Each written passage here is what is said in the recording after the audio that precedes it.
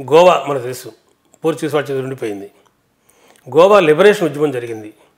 Goa liberation ఉద్యమంలో తిరిగి మళ్ళీ స్వయం సేవకులు అనేక మంది పాల్గొన్నారు. తిరిగి మన కృష్ణా జిల్లా ప్రాంతం నుంచి కూడా సీతారామన్ ఆయన పాల్గొని ఆ కాల్పుల్లోనే మరణించారు కూడా కోటి గోవా విముక్తి ఉద్యమంలో. దాద్రా హవేలీ నగర ఉద్యమంలో అనేక మంది స్వయం సేవకులు పాల్గొన్నారు. 1962లో పాకిస్తాన్తో యుద్ధం జరిగితే స్వయం సేవకులు పాల్గొన్నటువంటి విధానం అత్యద్భుతం, దేశం మొత్తాన్ని కూడా దృష్టిని ఆకర్షించింది. కానీ సైనికులు సహాయం చేయటం, రక్తాన్ని పంపించడం, ఇటువంటి అనేక పనులు చేశారు. పర్యవసానంగా 1963లో నాటి ప్రధానమంత్రి ఆర్ఎస్ఎస్ని రిపబ్లిక్ డే ఉత్సవాల్లో పాల్గొనడానికి కూడా పిలుపునివ్వటం చరిత్రలో మనకు కనిపించే విషయం.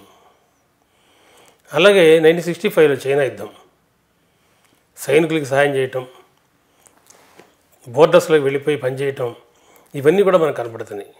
కనుక దేశానికి ఎప్పుడు అవసరమైతే అప్పుడు పెద్ద ఎత్తున పాల్గొన్న వాళ్ళు స్వయం సేవకులు, స్ఫూర్తించేటువంటిది ఆర్ఎస్ఎస్.